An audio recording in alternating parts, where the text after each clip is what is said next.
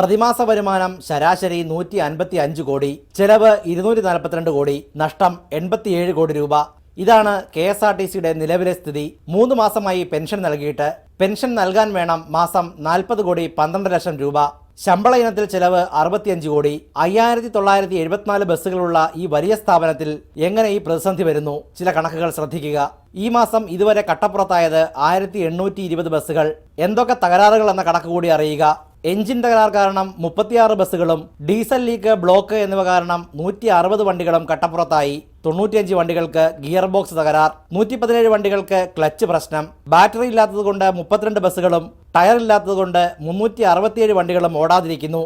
വിവിധ തകരാറുകളാണ് ബാക്കി ബസ്സുകൾക്ക്. ഇത്രയും സർവീസുകൾ ഓടാതിരിക്കുമ്പോൾ എന്ത് സംഭവിക്കുന്നു എന്നറിയാൻ മറ്റു ചില കണക്കുകൾ കൂടി ശ്രദ്ധിക്കണം. ഓഗസ്റ്റ് മാസം മുതലാണ് KSRTCയുടെ കളക്ഷൻ കുറയാൻ തുടങ്ങുന്നത്. ഓഗസ്റ്റ് മാസത്തെ മൊത്തം കളക്ഷൻ 151 കോടി രൂപ. സെപ്റ്റംബറിൽ ഇത് 150 കോടിയായി കുറഞ്ഞു. ഒക്ടോബറിൽ വീണ്ടും കുറഞ്ഞു, 147 കോടി. നവംബറിൽ ഇതുവരെ കളക്ഷൻ 125 കോടി മാത്രം. കഴിഞ്ഞ വർഷം നവംബറിൽ 113 കോടി രൂപയായിരുന്നു കളക്ഷൻ.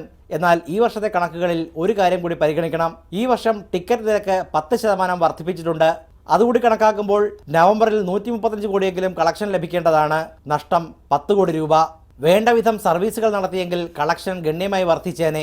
KSRTCയുടെ സാമ്പത്തിക ബാധ്യത ഏറ്റെടുക്കാനാവില്ലെന്ന് സർക്കാർ കഴിഞ്ഞ ദിവസം ഹൈക്കോടതിയിൽ വ്യക്തമാക്കിയിരുന്നതാണ്. ഈ സാഹചര്യത്തിൽ തകർച്ചയിലേക്ക് ഉരുണ്ടു നീങ്ങുകയാണ് KSRTC എന്ന പൊതുമേഖലാ സ്ഥാപനം. സനിൽ, റിപ്പോർട്ടർ, തിരുവനന്തപുരം.